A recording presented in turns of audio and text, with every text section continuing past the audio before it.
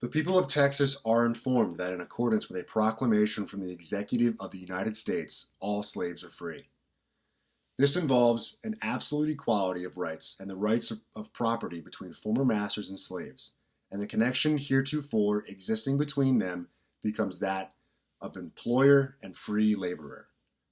Just yesterday, America celebrated Juneteenth, the anniversary of the landing of Major General Gordon Granger at Galveston, Texas, with his regiment to enforce the Emancipation Proclamation and free the slaves of Texas. Juneteenth is the oldest nationally celebrated commemoration of the ending of slavery in the United States on June 19, 1865. Union forces were unable to enforce President Lincoln's proclamation until the official surrender of Confederate General Robert E. Lee. Major General Gordon Granger's forces were finally able to overcome the Confederate forces in Texas, freeing the slaves there and putting an end to the Civil War. The story goes that a messenger sent to the South to tell about Lincoln's proclamation, but he did not make it, prompting a 2-year delay from 1863 to 1865, where his proclamation was not enforced. There are many theories about why the message was not received. The most widely held theory is that he was murdered before he could relay his message. Another is that federal troops withheld the information long enough for plantation owners to reap one more crop of cotton.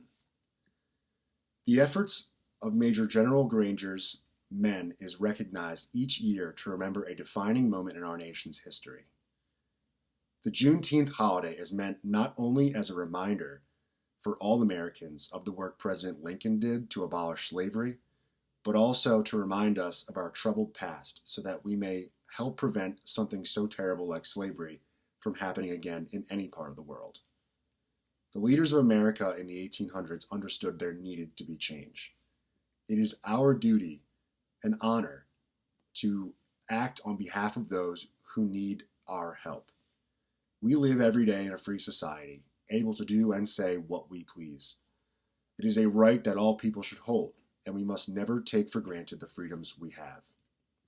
So I challenge you all to remember the people who changed our country for the better every June 19th, and to make sure that you are honoring them by your actions today and every day.